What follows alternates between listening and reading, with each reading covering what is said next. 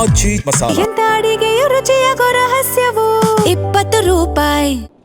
ಪ್ರಧಾನಿ ನರೇಂದ್ರ ಮೋದಿ ಬಗ್ಗೆ ಮಾತಾಡೋ ಅಂತ ನೀವು ನಿಮ್ಮ ಆಡಳಿತ ಇದ್ದಾಗ ಯಾವ ಮಾನದಂಡವನ್ನು ಮಾಡಿದ್ದೀರಾ? ನೀವು ಜನಕ್ಕೆ ಉತ್ತರ ಕೊಡಿ. ನೀವು ಕರ್ನಾಟಕದಲ್ಲೂ ಕೂಡ ವಿದ್ಯಾರ್ಥಿಗಳ ಬಗ್ಗೆ ಭಾಳ ಮಾತಾಡ್ತಾರೆ, ವಿದ್ಯಾರ್ಥಿಗಳೇ ದೇಶದ ಭವಿಷ್ಯ ಅಂತೇಳಿ.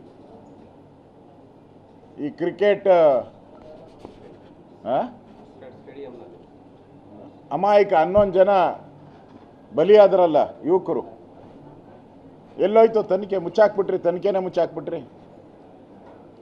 ಈಗ ಸತ್ತಿರೋರ ಬಗ್ಗೆ ಮಾತಾಡ್ತೀರ.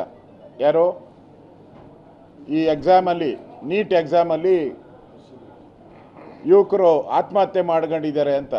ಆತ್ಮಹತ್ಯೆ ಮಾಡ್ಕೊಂಡಿದ್ದಾರೆ, ಅದು ನೋವಿನ ಸಂಗತಿ, ಆಗಬಾರ್ದಾಗಿತ್ತು. ನೀವೇ ಕೊಂದಾಕಿದ್ರಲ್ಲ ಇಲ್ಲಿ ವಿಧಾನಸೌಧದ ಮುಂದೆ, ಆ ಗ್ರ್ಯಾಂಡ್ ಸ್ಟೆಪ್ ಮುಂದೆನೇ ಕೊಂದಾಕ್ಬಿಟ್ರಲ್ಲ ನೀವು. ನಿಮ್ಗೆ ಯಾವ ನೈತಿಕತೆ ಇದೆ? ಐ ಪಿ ಎಲ್ ಮ್ಯಾಚಲ್ಲಿ ನೀವೇ ಕೊಂದಾಕ್ತಾರೆ 11 ಜನ. ಪರಿಹಾರ? ಈಗ ಮೋದಿಯವರು CBI ತನಿಖೆ ಕೊಟ್ಟಿದ್ದಾರೆ, ಅವ್ರನ್ನ ಅರೆಸ್ಟ್ ಮಾಡಿದ್ದಾರೆ, ಜೈಲಿಗೆ ಕಳಿಸಿದ್ದಾರೆ. ನೀವೇನು 11 ಜನ ಕೊಲೆ ಮಾಡಿದ್ರಲ್ಲ, ನೀವು ಎಲ್ಲಿದ್ದಾರೆ? ಯಾರು ಜೈಲಿಗೆ ಹೋಗಿದ್ದಾರೆ? ಯಾರು ಜೈಲಿಗೆ ಹೋಗಿದ್ದಾರೆ? ಒಬ್ಬರು ಜೈಲಿಗೆ ಹೋಗಿಲ್ಲ, ಒಬ್ರಿಗೂ ಶಿಕ್ಷೆ ಆಗಿಲ್ಲ. ಅಮಾನತ್ತು ಮಾಡಿದ್ರಿ, ಅಮಾನತ್ತೆಲ್ಲ ವಾಪಸ್ ಆಯ್ತು. ಈಗ ಅಮಾನತ್ತು ವಾಪಸ್ಸು. ಮತ್ತು ಅವ್ರು ಹೇಳಿದ್ರು, ಈ 11 ಜನರ ಸಾವಿನಲ್ಲಿ ಯಾರದು ಪಾತ್ರ ಇಲ್ಲ. ಸತ್ತಿದ್ದು ಯಾಕೆ ಅಂತ ಭಗವಂತನಿಗೆ ಗೊತ್ತು ಅಂದರು. ಸತ್ತಿದ್ದು ಭಗವಂತನಿಗೆ ಅಂತ ಗೊತ್ತಿದ್ದು, ಯಾಕೆ ಸತ್ತರು ಅಂತ. ಸತ್ತಿದ್ದಕ್ಕೆ ಕಾರಣ ಯಾರೂ ಅಲ್ಲ ಅಂತ ಈಗ ರಿಪೋರ್ಟು. ಸತ್ತಿರೋದಕ್ಕೆ ಕಾರಣ ಯಾರೂ ಅಲ್ಲ, ಭಗವಂತನೇ ಕಾರಣ ಅಂಥೇಳಿ ಭಗವಂತನ ಮೇಲೆ ಹಾಕ್ಬಿಟ್ಟವ್ರು. ಅಂದರೆ ಇಂಥ ನೀಚ ಸರ್ಕಾರ ಮೋದಿ ಬಗ್ಗೆ ಮಾತಾಡೋ ಯೋಗ್ಯತೆ ಇದೆಯಾ ನಿಮಗೆ?